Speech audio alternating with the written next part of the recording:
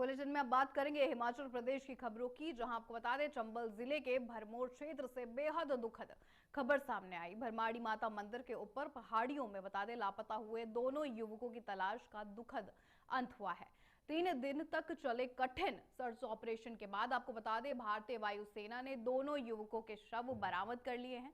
जानकारी के मुताबिक दोनों युवक 23 जनवरी को भरमाड़ी माता मंदिर के ऊपर पहाड़ी इलाके में वीडियो शूट करने के लिए गए हुए थे। इसी दौरान अचानक मौसम खराब हो गया और भारी बर्फबारी शुरू हो गई। खराब मौसम के चलते दोनों युवक रास्ता भटक गए और लापता हो गए। साथ ही परिजनों से उनकी आखिरी बातचीत उसी दिन शाम को हुई थी। सूचना मिलते ही स्थानीय प्रशासन, पुलिस, पर्वतारोही दल और ग्रामीणों ने मिलकर खोज अभियान शुरू किया, लेकिन 4 से 5 फीट तक जमी बर्फ, घना कोहरा और दुर्गम रास्तों के कारण तलाश में काफी मुश्किलें आई थी। मौसम साफ होने के बाद वायुसेना के हेलीकॉप्टरों को भी लगाया गया। आज सुबह एक युवक का शव पहाड़ी पर मिला है, जबकि आपको बता दें दूसरे युवक का शव पास के नाले से बरामद किया गया। दोनों शवों को हेलीकॉप्टर से नीचे लाया गया है। इस घटना से पूरे क्षेत्र में शोक का माहौल लगातार बना हुआ है। देखिए क्या कुछ कह रहे हैं मुकेश, डीसी चंबा।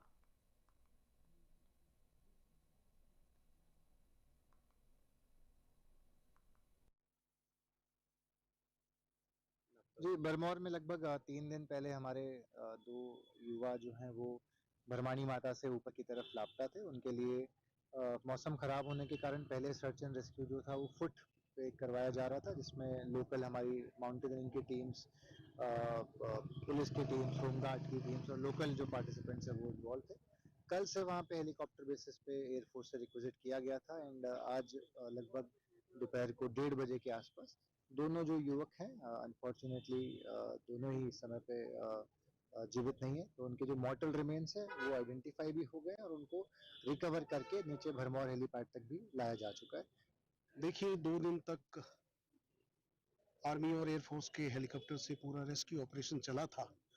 2-3 उड़ानें पिछले कल की थी, लेकिन अंधेरा होने के कारण किसी भी तरह से उनका सुराग नहीं मिल पाया था। लेकिन आज सुबह लगातार हमारे लोकल लोग, आर्मी के हेलीकॉप्टर और एयरफोर्स के जो हेलीकॉप्टर थे उसमें पूरा दिन तक रेस्क्यू ऑपरेशन चला। बड़े खेद के साथ और दुख के साथ कहना चाह रहा हूँ कि दोनों हमारे नौजवान साथी की डेड बॉडी वहां पर रिकवर हुई है और इस भारी बर्फबारी में दोनों सोलन जिले के कसौली से विकास से जुड़ी बड़ी खबर सामने आई है। बता दें कसौली क्षेत्र में कौशल्या खड्ड पर अब बांध बनाया जाएगा। इस परियोजना के लिए सरकार ने 22 करोड़ रुपयों की राशि भी मंजूर कर दी है। इससे इलाके में आपको बता दें पानी की समस्या को काफी हद तक दूर करने में मदद भी मिलेगी। कसौली के विधायक विनोद सुल्तानपुरी ने इस बारे में जानकारी देते हुए यह भी बताया है कि इस बांध से न सिर्फ स्थानीय लोगों को लाभ मिलेगा, बल्कि खेती और पेयजल की जरूरतें भी पूरी होंगी। उन्होंने ये साफ कहा कि सरकार क्षेत्र के विकास को प्राथमिकता दे रही है। इसके साथ ही पर्यटन को बढ़ावा देने के लिए भी कसौली और आसपास के इलाकों में सड़कों का विस्तार लगातार किया जा रहा है। बेहतर सड़क सुविधा से पर्यटकों को आने जाने में आसानी भी होगी, जिससे पर्यटन से जुड़े लोगों को रोजगार के मौके भी आगे जाके मिलेंगे। विधायक ने यह भी बताया है कि युवाओं के लिए परवाणु में एक नया प्रोजेक्ट लगाया जाएगा। इस प्रोजेक्ट से स्थानीय युवाओं को रोजगार मिलने की पूरी उम्मीद है और क्षेत्र की आर्थिक स्थिति भी इससे मजबूत होगी। कुल मिलाकर कसौली और आसपास के इलाकों में चल रही इन योजनाओं से विकास को नई गति मिलने की भी उम्मीद है। स्थानीय लोगों में इन घोषणाओं को लेकर खुशी का माहौल साफ देखने को मिल रहा है।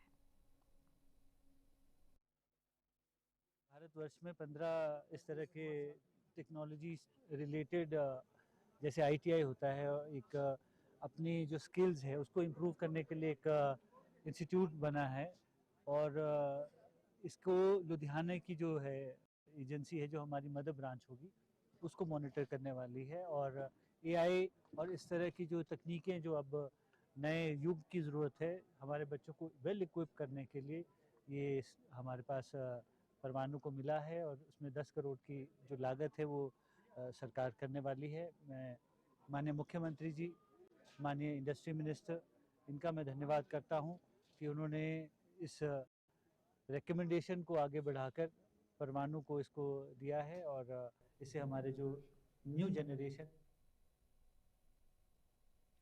चलिए रुक करते हैं अगली बड़ी खबर को। बता दें सोलन से इस वक्त की बड़ी खबर सामने आ रही है। 5 दिवसीय कार्य सप्ताह की मांग को लेकर बैंक कर्मियों ने सोलन की सड़कों पर भी जोरदार प्रदर्शन किया है।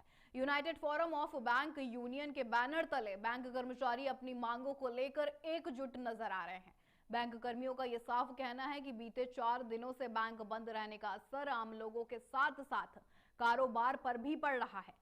प्रदर्शन कर रहे कर्मचारियों ने यह भी कहा कि आज के डिजिटल दौर में एटीएम, ऑनलाइन बैंकिंग, आरटीजीएस और एनएफआईटी जैसी सेवाएं 24 घंटे चलती रहती हैं। ऐसे में कर्मचारियों पर ज्यादा काम का दबाव डाला जा रहा है। कर्मचारियों ने यह भी बताया कि स्टाफ की कमी और बढ़ते काम की वजह से उनके स्वास्थ्य और पारिवारिक जीवन पर भी असर पड़ता है। उन्होंने सरकार और बैंक प्रबंधन से अब अपील की है कि उनकी मांगों पर जल्द फैसला लिया जाए। प्रदर्शन के दौरान आपको बता दें बैंक कर्मियों ने नारे भी लगाए हैं और शांतिपूर्ण तरीके से अपनी बातें भी रखी हैं। कर्मचारियों ने चेतावनी भी दी है कि अगर उनकी मांगों को नजरअंदाज किया गया तो आने वाले दिनों में आंदोलन और तेज किया जाएगा। फिलहाल बैंक कर्मियों के इस प्रदर्शन से सोलन में बैंकिंग सेवाएं प्रभावित हैं और लोगों को परेशानी का सामना लगातार करना पड़ रहा है।